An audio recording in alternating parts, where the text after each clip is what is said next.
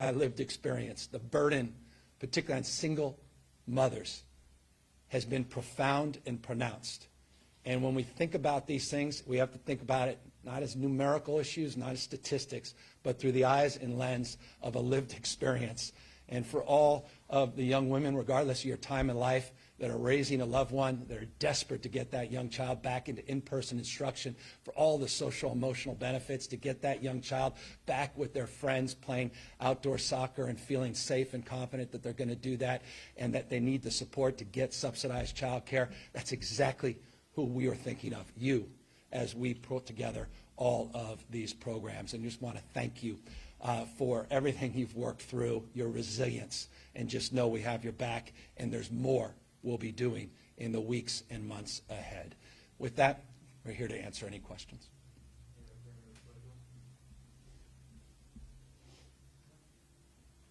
Can you all hear me? Okay, great.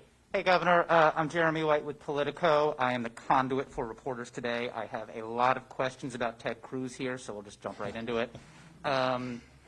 The legislature introduced a schools bill yesterday which conditions reopening schools on counties making vaccines available to teachers. That's obviously been a sticking point.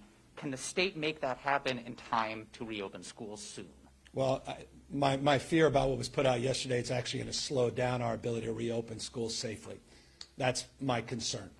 We'll continue. We are continuing dialogue with the legislature, but the proposal that was put out actually sets back the cause of safely reopening the schools on a timeline that I think advantages the most vulnerable Californians in this state.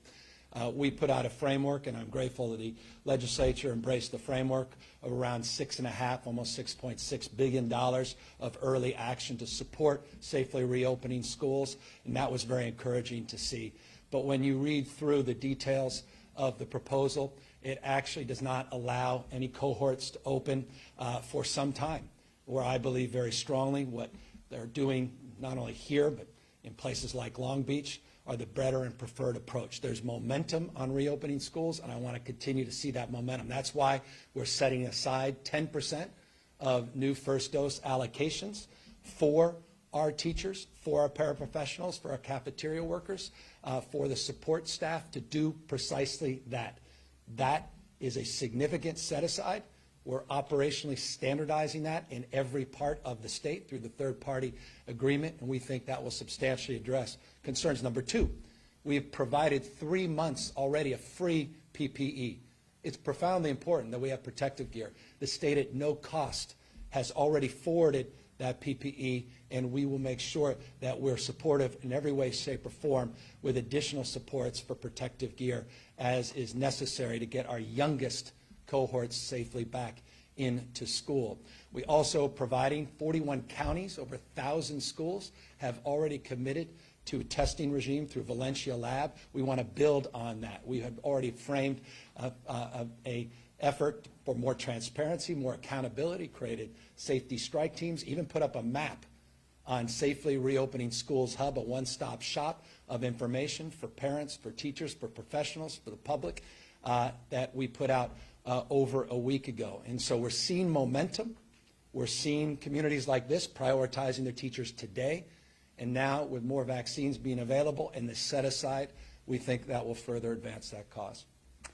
Thank you, Governor. Your response to the legislation last night was that it, quote, doesn't go far enough or fast enough. Can you give us some more specifics on what changes you would like to see to ensure that it goes farther and faster? Well, I think I framed what we've done, and I framed the momentum that is underway in my desire to get TK to 2 open as the first cohort, 3 to 6 as the second cohort.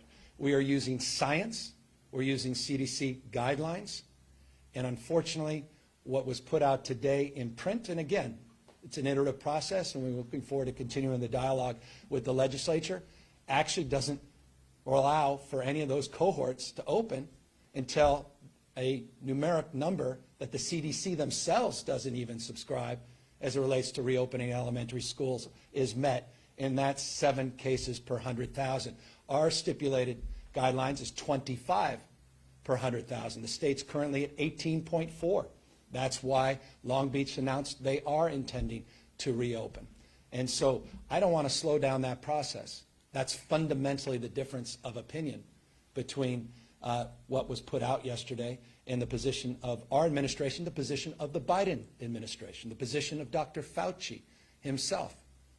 We are using data, we're using science, WHO, Harvard University, that 25 case per threshold. We're using the lived experience in almost every other state in this country. We would be, if we adopted that proposal, an extreme outlier.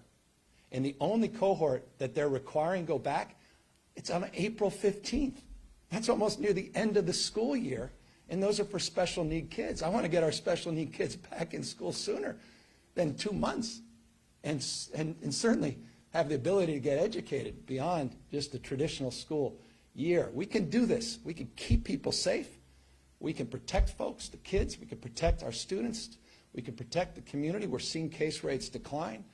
Evidence, the science, backing up our proposals, consistent with the spirit, including a lot of the details that came from the CDC and the Biden administration. So that's our position. And forgive me, it's been my position since December, remains my position today. Unfortunately, what was put into print would slow down the process of reopening our schools, and that is something I can't support.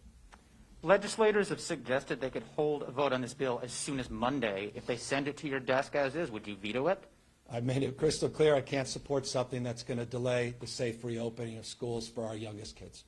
And on a similar note, I think this bill is generally seen as being quite aligned with the position of the California Teachers Association. Are you concerned that your lack of support for this bill could undermine your relationship with the teachers' unions? I have great respect, reverence for the union, and I have great relationship going back decades. And so we'll continue to maintain that relationship. Good people can disagree. We've met many of their concerns and conditions as it relates to enforcement, accountability, transparency, data collection, as it relates to creating a school opening hub, as it relates to PPE, as it relates to prioritization of vaccinations. Remember, 35 counties today, including this county, have prioritized their teacher because of the flexibility that we had previously afforded in terms of the vaccination distribution to prioritize our teachers. And today's announcement clarifies that further with a numerical number, 10% of all subsequent first doses. As they rise, that number will rise with a baseline of 75,000 a week. We are prioritizing to get our teachers, not just CTA members, but to get members of classified unions, to get our bus drivers, we care, custodians, our food workers, all of them vaccinated, including our child care workers, because I think you have to connect that self-evident dot, and that's important to me as well. Governor, you are fond of saying that localism is determinative. I think that is certainly true with schools, these districts being, these decisions being made at the district level, particularly given that unions in some of these big cities are really drawing a hard line around vaccinations. Is it misleading to suggest, whether it's you or state lawmakers, that a state plan will make a substantial difference given that this really gets played out at the local level? I think it has. I mean, you've seen momentum on the basis of the guidelines we put out a number of weeks ago. Long Beach is a perfect example of that. Once we hit that, they hit that 25% threshold. Once they had flexibility in terms of the vaccinations, they started to prioritize those vaccinations, and they announced a school reopening plan, not a delay plan, but an actual reopening plan to safely do so. It's the third largest district in the state. I applaud that leadership, that local leadership. I applaud the mayor and his determination, the county and their determination, the county superintendent and others. It's an example of what can be done when we commit ourselves to doing something, to accomplishing something. No one says this is easy. We have 1,050-plus school districts in this state, independent school boards, county superintendents, locals. I mean, it's complicated. It's California, the size of 21 states in America combined in population. But that doesn't mean we can't prioritize the most vulnerable, the people we claim to care most about. If we care about equity, if we care about civil rights, we really care about justice, we have to really, I think long and hard about those youngest kids that are simply just not getting educated, quote unquote, on Zoom. My 4-year-old, trust me, is not, when we have fits and starts. They started out not in school. I've experienced both, in and online learning with 4 young kids. It's not an academic exercise. I've seen it firsthand. With all the supports in the world, Zoom classes, he refers to it, Dutch, not working for him. He needs to get back in person. Now he finally is. But what about everybody else? They deserve that same support. And so we're going to do this safe. We can do this safely. There has to be accountability.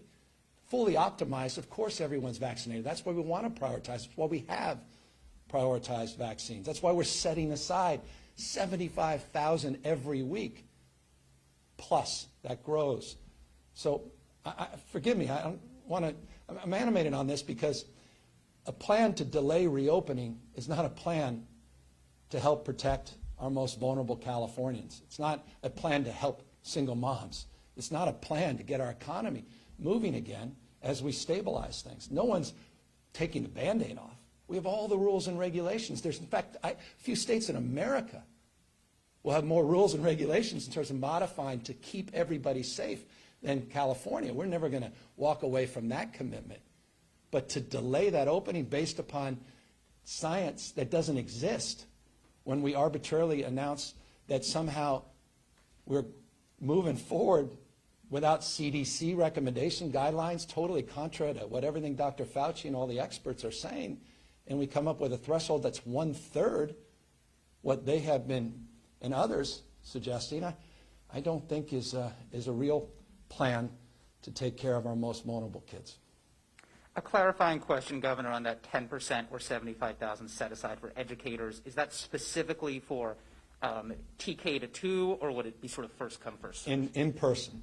For those that wish to go back in-person instruction, it's for them across the spectrum. For those that have, we want to preserve that. By the way, I thank the legislature.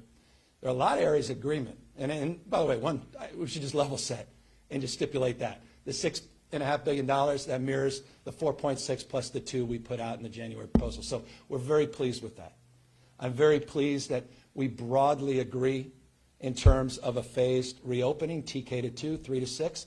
I appreciate they call out special needs. We did as well. The framework is remarkably consistent, but the details are profound in terms of not opening until we have this 7 case. That just is going to deny millions of children the ability to get educated for not many weeks, potentially months. And I, of course, want to see everyone vaccinated. And we have been doing that in 35 counties. Obviously, the constraint is supply, but we are now acknowledging through a very specific framework that we can do more because we now have visibility with more supplies coming, more confidence in our capacity to do that and continue to commit to the most vulnerable Californians, particularly those 65 and over, and those with comorbidities, those with IDD, those others in congregate facilities and the like.